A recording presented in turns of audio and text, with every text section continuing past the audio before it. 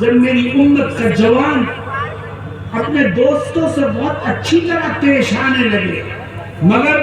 اپنے باپ کی نافرمانی کرنے لگے تو خدا کی رحمت کا دروازہ بند ہو جائے۔ میرے دوستو، اگر یہ چاہتے ہو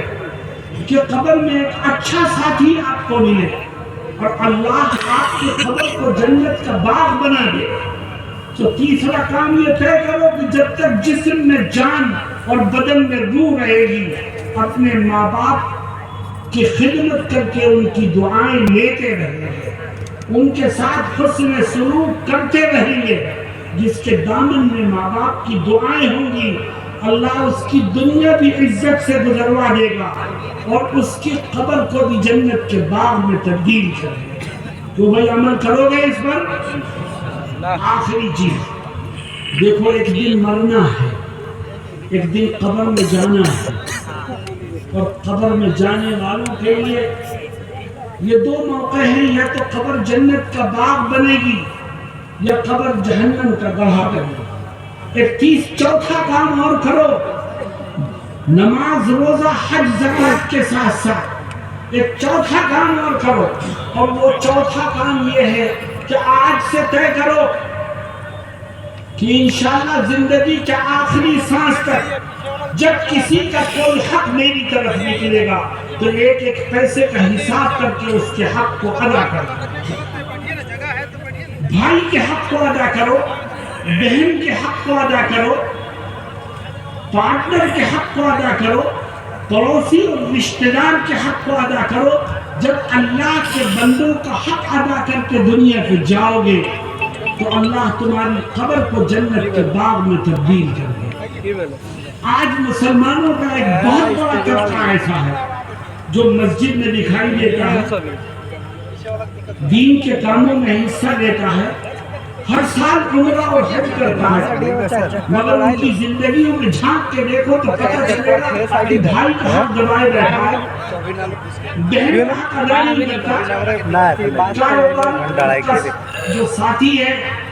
پارٹنر ہے، اس کو دھوکہ دے رکھا ہے۔ یاد رکھو،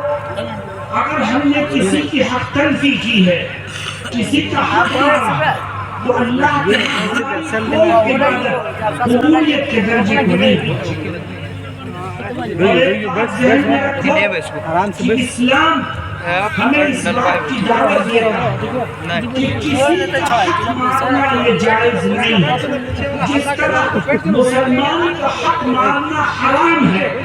اسی طرح ہندو کا حق مارنا بھی حرام، عیسائی کا حق مارنا بھی حرام، توڑی لے لے ہاتھ سے کیا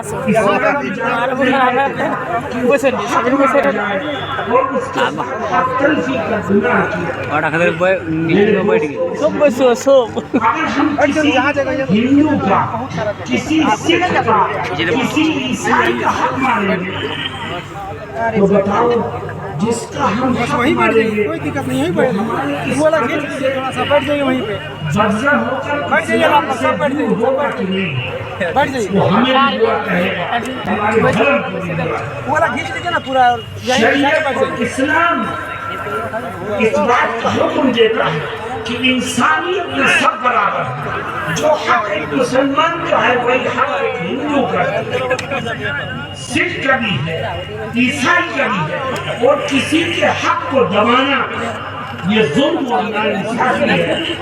اور اس دھرتی کا سب سے بڑا پاپ ظلم ہے، اور آج سب سے بڑا ظلم اس دھرتی پر اسرائیل کر رہا ہے،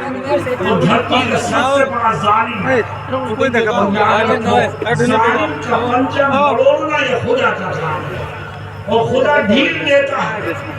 لیکن جب پکڑ آتی ہے تو ظالم کو بھاگنے کا راستہ نہیں ملتا۔ مسلمان اس دھرتی پر ہے اور جب تک چاند سورج رہے گا مسلمان باقی ہے۔ مسلمان کو مٹانے والے مٹ گئے، اسلام بھی زندہ ہے، مسلمان بھی زندہ ہے،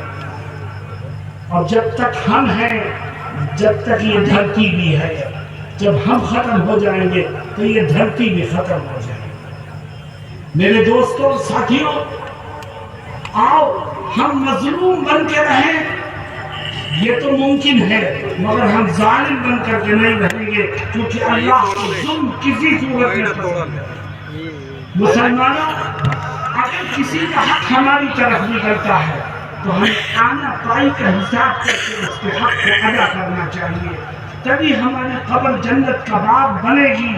اور تبھی اللہ رب العزت ہمیں قبر میں ایک اچھا ساتھی نصیب فرمائے گا۔